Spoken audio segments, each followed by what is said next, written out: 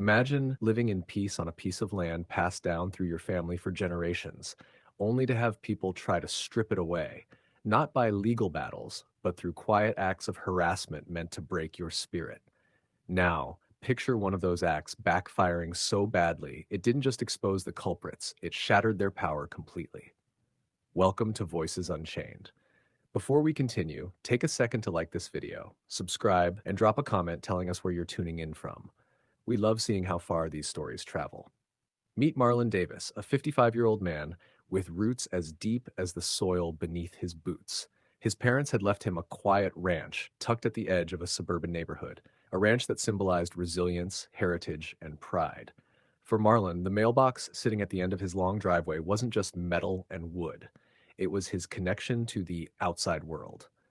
Bills, letters from his children who lived states away, and the rare handwritten note that reminded him he wasn't forgotten. Humble, steady, and patient, Marlon never made trouble. He kept to himself, cared for his land, and greeted neighbors with a nod. But beneath that quiet demeanor was a man who refused to be broken.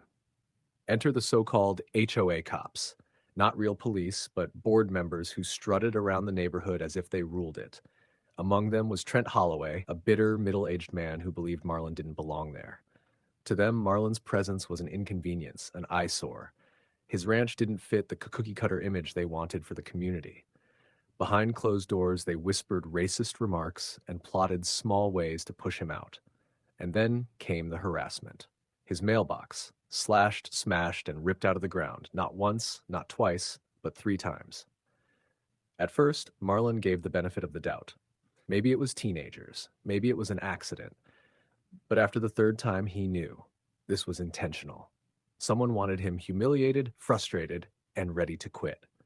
He had his suspicions, and every time he walked to the end of the driveway, staring at the bent metal and broken wood, his resolve hardened. So Marlon made a choice. If they wanted a fight, they would get one. He spoke to a trusted friend, and together they designed something unlike any mailbox the HOA had ever seen, a reinforced iron structure anchored in concrete, built to the full extent of the law. Legal, immovable, indestructible. The kind of mailbox that could take a hit and hit back. For weeks, Marlon waited. He didn't tell the board, he didn't brag. He just sat quietly on his porch, sipping coffee, watching. And then, on a quiet afternoon, it happened. A black SUV rolled down the street, Trent Holloway behind the wheel, smug as ever. He slowed near Marlon's property, eyes darting. With a sneer, he slammed his car into the mailbox. But instead of crumpling like before, the mailbox stood its ground. The SUV's hood folded like paper, the engine hissed, and the airbag exploded in Trent's face. The car bounced back with a sickening crunch. Marlon, from his porch, didn't flinch. He just watched the scene unfold. Stories like this remind us that arrogance always meets its match. If you're enjoying this story so far, make sure you hit that like button, subscribe, and tell us your city in the comments. It helps keep these stories alive. Neighbors rushed out, phones came up. The sight of Trent crawling out of his mangled car, dazed and injured, was something no one could ignore. But worse for him, he had to admit what he was doing there in the first place. Why else would his vehicle be wrecked against Marlon's mailbox?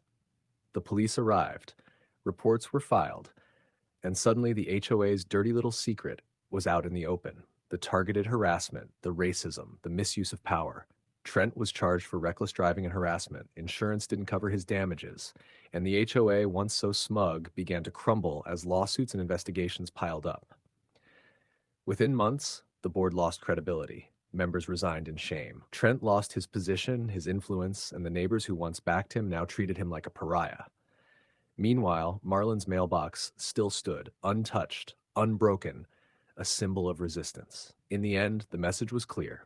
Prejudice, arrogance, and hate always meet their downfall.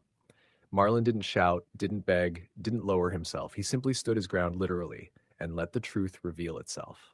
The next time you think of judging someone based on where they live, the color of their skin, or the history they carry, remember this: the quietest person in the room might just be the strongest. Thanks for watching Voices Unchained. If this story struck a chord, go ahead and like the video, subscribe to the channel, and drop a comment with your location. We love to see how far these stories reach. Until next time, stay strong, stay proud, and never let anyone tear down what's rightfully yours.